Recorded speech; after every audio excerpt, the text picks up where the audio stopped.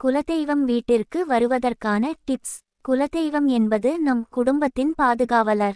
அவரது அருள் இல்லையென்றால் வாழ்க்கையில் திருமண தடைகள், புத்திர சோகங்கள், பண நிலைக்காமை, உடல் கோளாறுகள் போன்ற பிரச்சினைகள் ஏற்படலாம். குலதெய்வ கோயிலுக்கு அடிக்கடி செல்ல முடியாதவர்கள் வீட்டில் அவரை வரவழைக்க எளிய பரிகாரங்களைச் செய்யலாம்.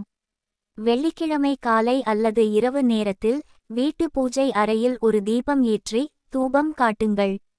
பின்னர் ஓம் ஓம் என் குலதெய்வம் வர வர, ஓம் வம் வம் உம் என் படி ஏறி வா வா என் குலதெய்வமே என்ற மந்திரத்தை தீபத்தின் முன் அமர்ந்து 108 முறை ஜபம் செய்யுங்கள்.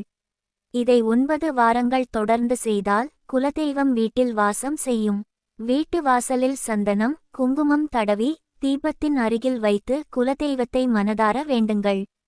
இதை நில வாசல் படியில் ஆணியில் மாட்டி 11 நாட்கள் தினமும் தீப தூபம் காட்டுங்கள்.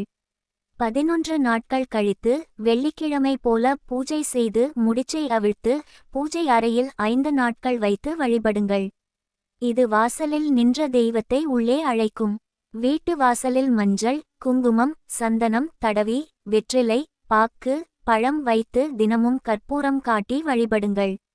குலதெய்வம் தெரியாதவர்கள் எங்கள் குலதெய்வம் யார் என தெரியாததால் துன்பங்கள் அனுபவிக்கிறோம், அதை காட்டி அருளுங்கள் என்று வேண்டுங்கள். ஒரு வாரத்தில் தெய்வம் வீட்டிற்கு வரும்.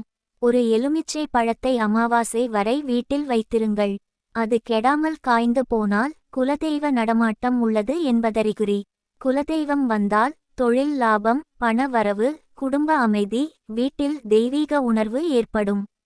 குலதெய்வம் துடியான தெய்வமாக இருக்கலாம், எனவே பூஜை சரியாகச் செய்யுங்கள். தெரியாதவர்கள் ஜோதிடரை அணுகலாம். ஆண்டுக்கு ஒரு முறை கோயிலுக்கு சென்று வழிபடுங்கள், அது குலதெய்வத்தின் அருளை இழுக்கும்.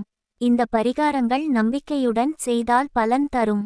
இந்த வீடியோ பிடித்திருந்தால் லைக் பண்ணுங்க, கமெண்ட் செய்யுங்க, மறக்காம இந்த சேனலை சப்ஸ்கிரைப் பண்ணுங்க. அடுத்து வரும் வீடியோவிலும் சந்திப்போம்.